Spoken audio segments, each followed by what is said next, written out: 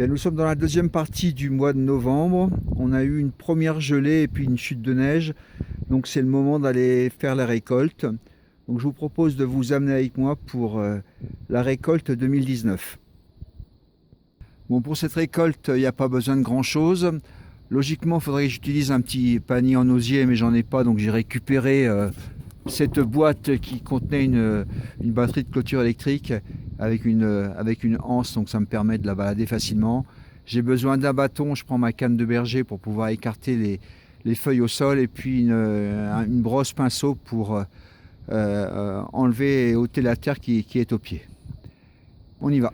Alors ici, c'est pas une espèce qui est endémique, c'est une espèce qui est apparue il y a quelques années.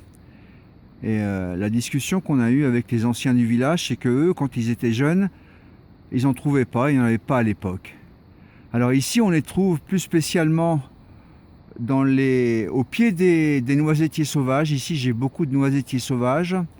Alors qu'un peu plus bas, quand on est dans les cévennes plus basses, dans les cévennes schisteuses, on les trouve plus facilement sous les châtaigniers. C'est un peu bizarre, mais en tous les cas, ici, c'est sous les noisetiers. Alors comme en ce moment il y a de la neige et puis pas mal de feuilles au pied des châtaigniers, moi j'ai dressé un chien pour les chercher, comme un chien truffier, mais là c'est un chien que j'ai dressé rien que pour ça. Elle travaille au nez, c'est Floss, et elle travaille vraiment très bien et elle m'en trouve beaucoup.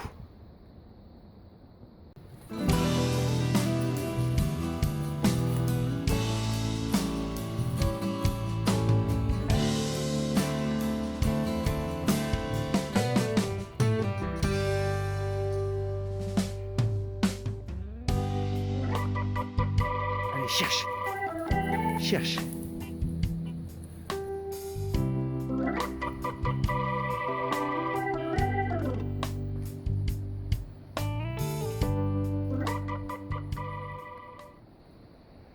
Bon là, a priori, elle a dû lever un pied là. Elle est à l'arrêt devant un noisetier, on va aller voir. Donc là, c'est une fausse piste là. Je vois rien.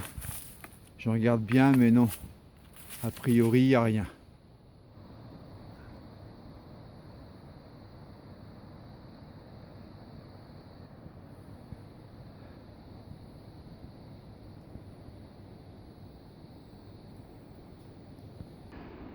Donc suite à différentes vidéos que j'avais mis en ligne il y a quelques temps, il y a beaucoup de personnes qui m'ont laissé en commentaire, qui me demandaient mais où c'est que tu en trouves autant? Alors, le problème c'est que ça peut pas se dire, ça c'est comme les champignons ou c'est comme une source. Tu peux pas dire, autrement tu vas te retrouver avec plein de personnes qui vont venir sur tes coins. Donc ça reste secret, je peux pas vous dire où je les trouve moi. Bon, la chienne vient de marquer sur un nouvel emplacement là au pied d'un noisetier. Ouais, je crois même voir un petit peu de rouge là, il doit y en avoir des bien mûrs. On va aller voir un coup d'œil, on va aller jeter un coup d'œil.